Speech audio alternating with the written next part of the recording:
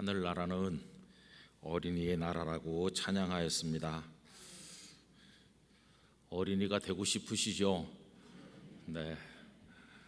나이는 자꾸 들어서 우리가 조글조글해지고 늙어가지만 우리는 나이에 상관없이 하나님의 어린이입니다. 오늘 어린이 주일인데 어린이가 되셔서 하나님의 사랑받고 또 하나님께 영광 올려드리시기를 바랍니다. 또 한편으로는 오늘은 우리 자녀들을 어떻게 하나님의 말씀으로 잘 키워야 될 것인가를 생각하는 주일이기도 하죠. 우리 영락교회 성도님들의 아들, 딸, 손주 또 증손주 대물림에서 내려가면서 하나님을 잘 경외하는 믿음의 가정 되는 복을 누리시기를 바랍니다. 어린이 주일 참 복된 주일 하나님께서 주셨는데 가정에 계시든지 예배당에 오셨든지 한 분 한 분에게 하나님의 큰 은혜가 충만하시기를 기원합니다. 이스라엘 백성들은 12지파로 구성되어 있었습니다. 이스라엘이 가나안에 들어간 이후에 그들은 지파 중심으로 살아갔습니다. 남아있는 가나안 땅을 정복할 때도 혹은 침략해 들어오는 적을 맞아서 방어할 때도 지파 중심으로 했습니다. 그럴 수밖에 없었던 이유는 12지파 전체를 하나로 묶는 중앙 집권적인 통치 시스템이 아직 그들에게 없었기 때문입니다. 당시 이들의 지도자가 되었던 이들은 사사들인데 이 사사는 본래 재판관이라는 뜻을 가지고 있습니다. 그런데 사사기를 읽어보시면 사사들이 재판한 이야기보다는 그분들이 중심이 되셔서 치러낸 전쟁 이야기가 가득 채워 있는 것을 보게 됩니다. 우리들은 사사시대에 대해서 정보를 많이 가지고 있지를 못합니다. 그래서 사사시대가 정확히 언제부터 몇 년 동안이나 지속되었는지 또 사사가 몇 사람이나 있었는지를 보는 기준에 따라 다르기 때문에 의견이 분분하고 정확히 말하기는 좀 어렵습니다. 자, 그러면 어떤 사람이 사사가 되는 과정은 어떠했을까요? 이 사사는 선출직도 아니고 그렇다고 임명되는 것도 아니었습니다. 사사가 되는 어떤 정해진 절차가 있었던 게 아닙니다. 그런데 사사기를 읽어보면 분명한 한 가지 사실이 있었는데 그것은 사사는 사람에 의해서 세워지는 것이 아니라 하나님께서 세우셨다고 하는 것입니다. 그래서 사사기 2장 16절에 다음과 같은 말씀이 있습니다. 여호와께서 사사들을 세우사 노략자의 손에서 그들을 구원하게 하셨다 하는 말씀이 나옵니다. 하나님께서는 사사들을 세우셨고 또 세우셨을 뿐만 아니라 그들과 함께 하셔서 그들을 통해서 이스라엘을 구원하게 하셨습니다. 사사기 2장 18절 말씀을 읽어봅니다. 여호와께서 그들을 위하여 사사들을 세우실 때에는 그 사사와 함께 하셨고 그 사사가 사는 날 동안에는 여호와께서 그들을 대적의 손에서 구원하셨으니 이는 그들이 대적에게 압박과 괴롭게 함을 받아 슬피 부르짖음으로 여호와께서 뜻을 돌이키셨음이거늘 이라고 되어 있습니다. 하나님께서 세우시고 하나님께서 함께 하시고 하나님께서 그들을 통해 이스라엘을 구원하신 겁니다. 자, 그러면요, 어떤 사람이 사사로 세워졌다는 것을 어떻게 알아차릴 수가 있었을까요? 거기에는 한 가지 증표가 있었는데 다른 게 아니라 하나님의 영이 그 사람에게 임한다는 것이었습니다. 그것이 증거가 되었습니다. 우리가 그 예를 여러 군데서 볼 수 있는데 첫 번째 사사였던 온니엘의 경우를 보면 이렇습니다. 사사기 3장 9절과 10절입니다. 이스라엘 자손이 여호와께 부르짖음에 여호와께서 이스라엘 자손을 위하여 한 구원자를 세워 그들을 구원하게 하시니 그는 곧 갈렙의 아우 그나스의 아들 온니엘이라. 여호와의 영이 그에게 임하셨으므로 그가 이스라엘의 사사가 되어 나가서 싸울 때에, 이렇게 말씀이 이어지죠. 여호와의 영이 온니엘에게 임함으로 그는 사사가 되었습니다. 여러분, 그러니까 하나님의 영이 임했다고 하는 것이 그 사람이 사사로 세움받았다는 증거입니다. 사사기에 그런 말씀이 여러 군데 있는데, 예를 들어서 기드온의 경우엔 이렇게 말씀했어요. 사사기 6장 34절, 여호와의 영이 기드온에게 임하시니 기드온이 나팔을 불매. 또 입다 사사의 경우에는 사사기 11장 29절, 이에 여호와의 영이 입다에게 임하시니. 또 사사기 13장 25절에는 우리가 너무 익숙하게 생각하는 그 삼손이 등장하는데요, 삼손에게 하나님의 영이 이렇게 임하신 걸 말씀합니다. 소라와 에스다올 사이 마하네단에서 여호와의 영이 그를 움직이기 시작하셨더라. 그 이후에도 여호와의 영이 강하게 임하셨다, 여호와의 영이 갑자기 임하셨다, 이런 말씀이 삼손에게만 3차례나 더 언급되어 있는 것을 볼 수가 있겠습니다. 그러니까 어떤 사람이 하나님의 영이 자신을 감동한 것을 체험하는 순간, 아, 하나님께서 나를 쓰시는구나. 그래서 순종했습니다. 또 백성들은 어떤 이에게 그런 역사가 나타나는 걸 보면 하나님께서 우리를 위해 세우신 지도자가 바로 저분이구나 하면서 기꺼이 그에게 순종하고 그의 말을 따라 전쟁에 나가기도 했습니다. 이처럼 하나님께서는 당신의 영을 부으심으로 사람에 의해서 세워지는 게 아니라 하나님 직접 사사들을 세우셨는데, 오늘 읽은 사무엘상 8장 본문에 오면 이 거룩한 전통이 깨어진 것을 보여주고 있습니다. 여러분, 오늘 본문에 보면 요엘과 아비야라는 두 사람이 사사로 세워졌는데, 그들이 사사가 된 것은 하나님의 영이 임하였기 때문이 아니라 그들의 아버지인 사무엘이 그들을 사사로 임명했기 때문이었습니다. 오늘 말씀 1절과 2절을 보십시오. 사무엘이 늙음에 그의 아들들을 이스라엘 사사로 삼으니 장자의 이름은 요엘이요 차자의 이름은 아비야라. 그들이 브엘세바에서 사사가 되니라. 늙은 사무엘은 두 아들을 사사로 세웠습니다. 하나님의 영이 임한 게 아니라 아버지가 아들을 사사로 임명한 겁니다. 결과가 어땠을까요? 안타깝게도 결과는 실패였습니다.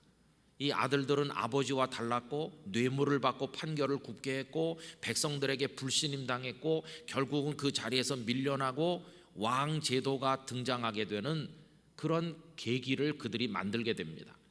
오늘 본문 3절에서 5절까지를 보겠습니다. 그의 아들들이 자기 아버지의 행위를 따르지 아니하고 이익을 따라 뇌물을 받고 판결을 굽게 하니라. 이스라엘 모든 장로가 모여 라마에 있는 사무엘에게 나아가서 그에게 이르되, 보소서, 당신은 늙고 당신의 아들들은 당신의 행위를 따르지 아니하니 모든 나라와 같이 우리에게 왕을 세워 우리를 다스리게 하소서 한지라. 아버지가 아들을 두 사람을 사사로 세웠는데 실패하지 않았습니까? 너무나 안타깝죠. 그런데 이게 더 안타까운 것은 그 아버지가 보통 사람이 아닌 그렇게 훌륭한 사무엘이기 때문에 안타까움이 더한 것입니다. 성도 여러분, 사무엘이 어떤 분입니까? 성경 전체를 통틀어서 그렇게 아름다운 믿음을 가진 지도자가 없다고 할 정도로 정말 훌륭한 믿음의 사람 아닙니까? 예레미야 15장 1절에 보면 하나님께서 이스라엘 백성들을 책망하시면서 거기 아주 훌륭한 하나님의 사람 두 사람의 이름을 거명하고 있는데 그 중에 한 명이 사무엘일 정도로 그는 훌륭합니다. 여호와께서 내게 이르시되, 모세와 사무엘이 내 앞에 섰다 할지라도 내 마음은 이 백성을 향할 수 없나니 그들을 내 앞에서 쫓아내보내라. 하나님께서 구약 성경 전체 인물 중에 2명 언급하는데 그 중에 한 사람이 사무엘일 만큼 그는 훌륭했습니다. 그런데 그 아버지가 아들 둘을 세웠는데 실패한 겁니다. 여러분, 사무엘은 아름다운 이야기가 그것뿐이 아니잖아요. 태어날 때부터 한나가 기도해서 얻었고 젖을 뗀 다음에는 실로의 성막에서 그 엘리 선지자 밑에서 훈도를 받아 양육되었고 어려서부터 하나님께서 그의 이름을 불러 말씀하시지 않았습니까?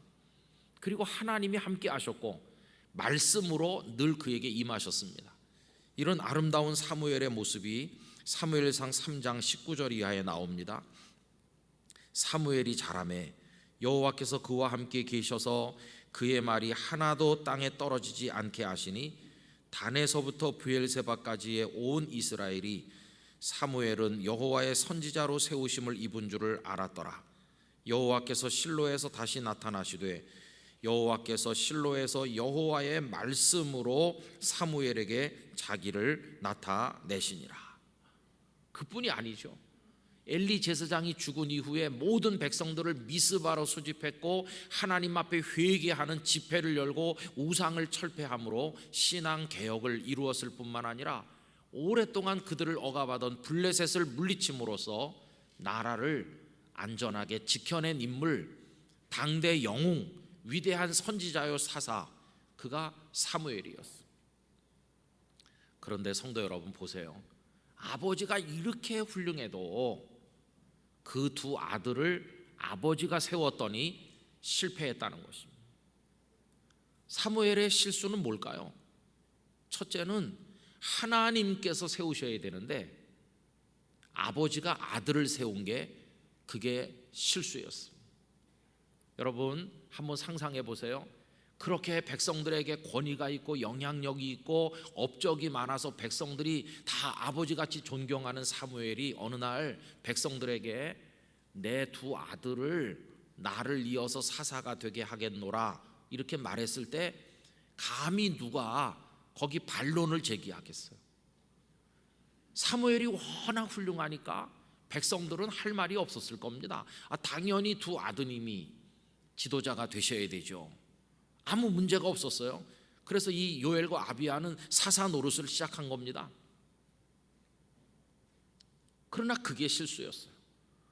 여러분 좋은 말은 아니지만 요즘 우리 사회에서 쓰는 말대로 하면 이 2 아들이 사사가 된 건 아버지 찬스입니다. 아버지 찬스. 근데 그건 올바른 권위가 아니었어요. 하나님께서 세우셔야 권위가 있는 겁니다. 그래서 사무엘은 그때 아들들을 세울 게 아니라 하나님께 기도를 드렸어야 됩니다. 하나님, 저는 이제 늙었고 이 백성들을 누군가가 섬겨야 될 텐데 하나님께서 원하시는 자가 누구신지 알려주셔서 그들로 하여금 이 백성을 섬기도록 도우시옵소서. 기도를 했어야 되는데 자기 마음으로 2 사람을 아들들을 세운 겁니다. 그 다음에 그의 2번째 아쉬움은 뭐냐 하면 만약에 정말 아들들이 그 귀중한 사명을 감당하기를 원했다면 그 아들들이 하나님의 영의 기름 부음 받는 신령한 사람이 되도록 돕는 일에 힘썼어야 됩니다. 여러분 이들이 실패한 것은요 사무엘의 아들이기 때문에 실패한 게 아니라 사무엘의 아들이긴 했으나 하나님의 영의 임재가 없었기 때문에 실패한 겁니다. 하나님께서 이 2 사람에게 영으로 그 아버지에게 임하신 것 같이 임했더라면 이 2 사람도 훌륭한 사사가 됐을 텐데 결정적인 문제는 뭐냐 하면 하나님의 영의 임재가 없었다고 하는 게 그게 문제였습니다. 여러분 아버지가 훌륭하다고 아들이 저절로 훌륭해지나? 아닙니다. 아버지가 임명한다고 아들이 저절로 하나님의 쓰임을 받는가? 그게 아니지 않습니까? 하나님께 쓰임받는 진정한 일꾼이 되기 위해서는 하나님의 영의 감동이 있어야 된다는 걸 알게 되는 거 아닙니까? 여러분 오늘날이라고 이런 일이 없겠어요? 예를 들어서 믿음의 가정에서 태어난 어떤 젊은이가 신학대학원에 들어가고 과정을 잘 마치고 어느 교회를 봉사하고 청빙하는 교회가 있어서 목사 안수를 받으면 하자가 없는 목사가 되는 겁니다. 거기다가 공부도 많이 했고 그 부모님이 아주 훌륭한 신앙인이라고 한다면 뭐 금상첨화죠. 누가 봐도 훌륭한 목회를 할 것이고 한국 교회를 위해서 크게 기여할 거라고 다들 기대하지 않습니까? 그런데 왕왕 그런 기대를 한 몸에 받았음에도 불구하고 목회가 어렵고 교회를 아프게 만들고 하나님의 영광을 가리는 경우를 본다는 것입니다. 여러분 왜 그런가요? 그렇게 훌륭하게 다 갖췄는데, 다 갖춘 것 같은데 왜 안 되는 것입니까? 이유는 간단해요. 하나님께서 세우시지 않으면 안 되는 겁니다. 하나님께서 세우신 증거가 뭡니까? 하나님의 영의 임재가 있어서 그를 도와야 되는 것이죠. 그를 붙드셔야 되는 것이죠. 함께 하시고 하나님의 말씀으로 역사하시지 않으면 안 되는 겁니다. 우리 영락교회 성도님들도 자녀들 다 끔찍이 사랑하시지 않습니까? 그래서 내 자식을 위해서라면 내가 가진 물질 다 쏟아부어서 공부시켜주고 필요한 거 아낌없이 공급해주고 다 해주고 싶다. 그래서 우리 아들, 딸 잘 세우고 싶어, 그런 마음 다 가지셨잖아요. 이미 잘 세웠다고 자부하시는 분들도 많이 계실 거예요. 그런데 여러분, 오늘 이 말씀이 우리에게 가르쳐주는 게 뭡니까? 그렇게 잘 세워진 것 같아도 하나님의 영의 임재를 통하여 하나님께서 세우신 사람이 아니라면 결코 성공적인 인생을 살아갈 수 없다는 것입니다. 여러분, 그래서 하나님께서는 이런 이유들 때문에 다윗을 왕이 될 사람으로 세우실 때 두 단계를 다 거친 것을 볼 수 있어요. 첫 번째 단계는 사무엘이 와서 그에게 기름을 부은 겁니다. 이건 사람이 기름을 부은 겁니다. 사람들 중에 어떤 이들은 이렇게 말했을지도 몰라요. 아니, 저 다윗 저 사람이 저 베들레헴의 촌뜨기라던데 저런 볼품없는 소년이 어떻게 왕이 된다고, 그런 얘기를 도대체 누가 한 거야? 이렇게 불만 섞인 질문을 했을 수도 있잖아요. 옆에 있는 사람이 어휴, 자네가 몰라서 그렇지, 저 소년에게 기름을 부은 분이 사무엘이시라네. 노구를 이끌고 직접 오셔서 기름을 부었는데 무슨 할 말이 있는가? 그래? 사무엘이 그렇게 하신 거야? 그 다음부터 사람들은 말하지 않았을 것입니다. 사무엘의 영향력이 워낙 크고 다 그를 존경하기 때문이죠. 여러분, 당시 사무엘의 이름은 이스라엘 안에서 절대적 권위가 있었어요. 그럼 만약에 그 사무엘이 다윗 곁에서 다윗의 후견인이 되어서 만나는 모든 사람들에게 이 소년은 겉으로 보기엔 초라해 보이지만 하나님이 택하신 왕제입니다, 이러면서 옆에서 이렇게 후견해주면 그게 다윗에게 얼마나 힘이 되었을까요? 그런데 사무엘은 다윗에게 기름을 붓고 나서 뒤도 돌아보지 않고 가버렸습니다. 다윗 곁에 남아서 그를 돕지 않았어요. 왜 그랬을까요? 그의 마음속에 아픈 기억이 있어서 그래요. 내가 친아들 둘을 사사로 세우고 곁에서 아버지로서 그들의 후견인이 되어 보았지만 아무 소용이 없었다. 그 실패의 아픔을 알고 있어요. 그런 내가 설령 영향력이 좀 있다 해서 다윗 곁에 있다고 다윗에게 무슨 도움이 되겠나? 아무 도움이 안 되지. 이제 나는 기름을 부었으니 이 소년 다윗이 진정으로 하나님이 세운 사람이 되려면 이제 그 다음 두 번째 단계는 하나님의 영이 다윗에게 임하는 거다. 이걸 사무엘이 생각하는 거죠. 그런데 하나님의 영이 다윗을 강하게 사로잡은 걸 그가 보게 되었을 때 자신이 그 곁에 있을 필요가 없음을 깨닫고 미련 없이 떠나게 된 것입니다. 여러분, 이 이야기가 사무엘상 16장 13절에 잘 나옵니다. 사무엘이 기름 뿔병을 가져다가 그의 형제 중에서 그에게 부었더니, 이게 첫 단계죠. 사람에 의하여 기름 부음 받고 세워졌습니다. 그런데 그 다음에 보면요, 이날 이후로 다윗이 여호와의 영에게 크게 감동되니라. 이제 두 번째 단계, 이게 진짜 세워지는 거죠. 하나님께서 그를 붙드신 겁니다. 그러고 나니까 사무엘이 떠나서 라마로 가니라. 하나님의 영이 임하셨고 하나님께서 붙드시니까 이제 사무엘은 그 자리에 없어도 되는 거죠.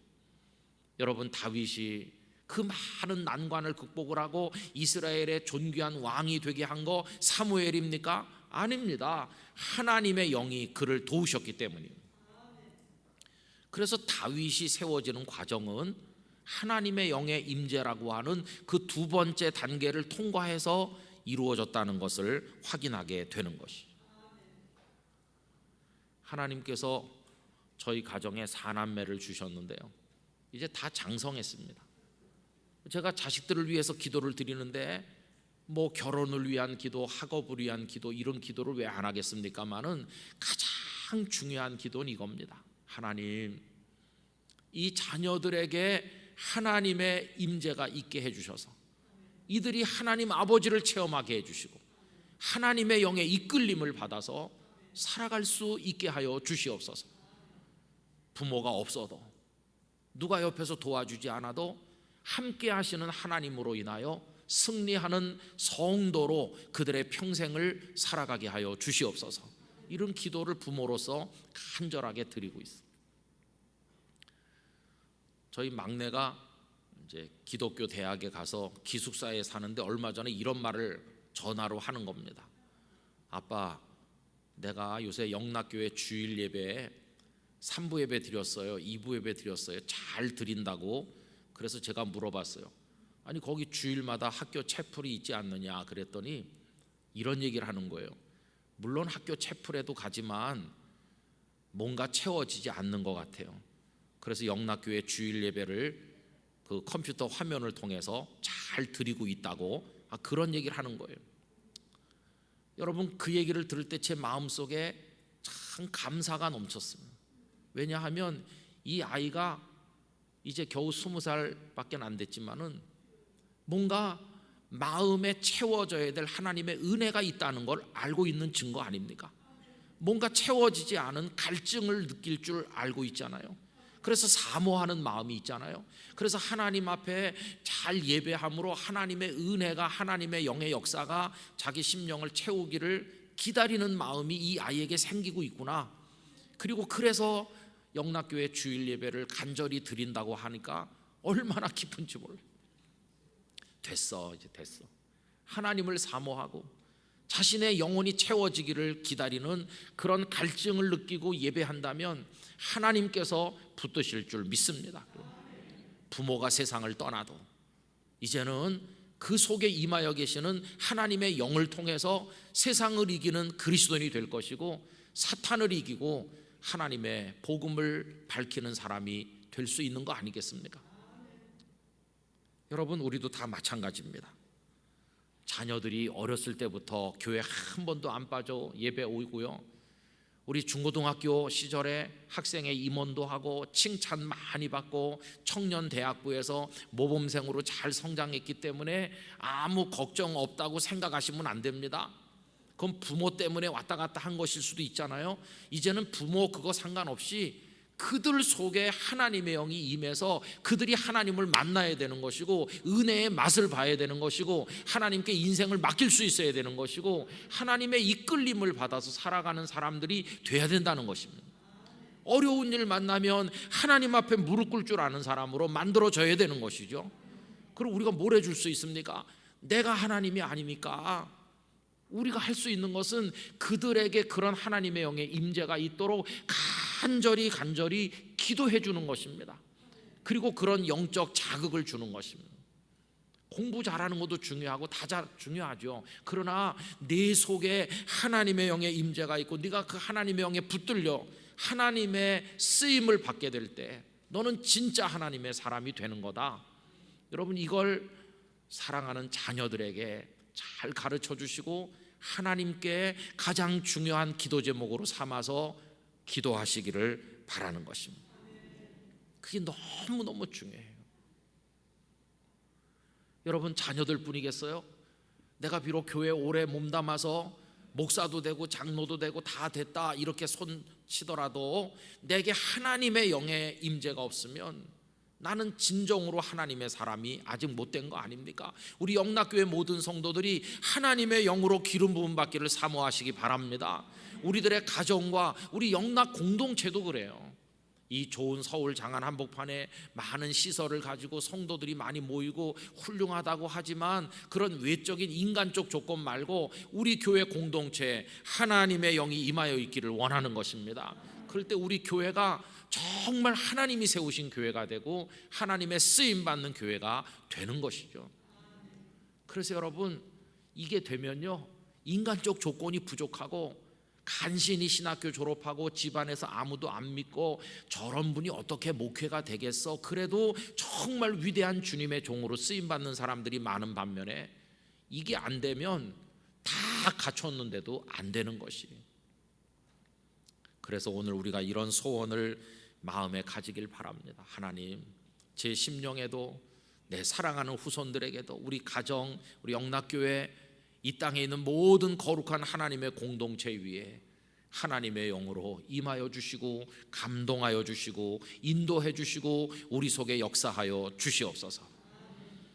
그래서 우리 성도님들의 가정에 믿음이 진정으로 대물림에서 내려가고 시간이 흐를수록 더 훌륭한 주님의 사람들이 세워지는 거룩한 복을 누리시기를 기원하는 것입니다.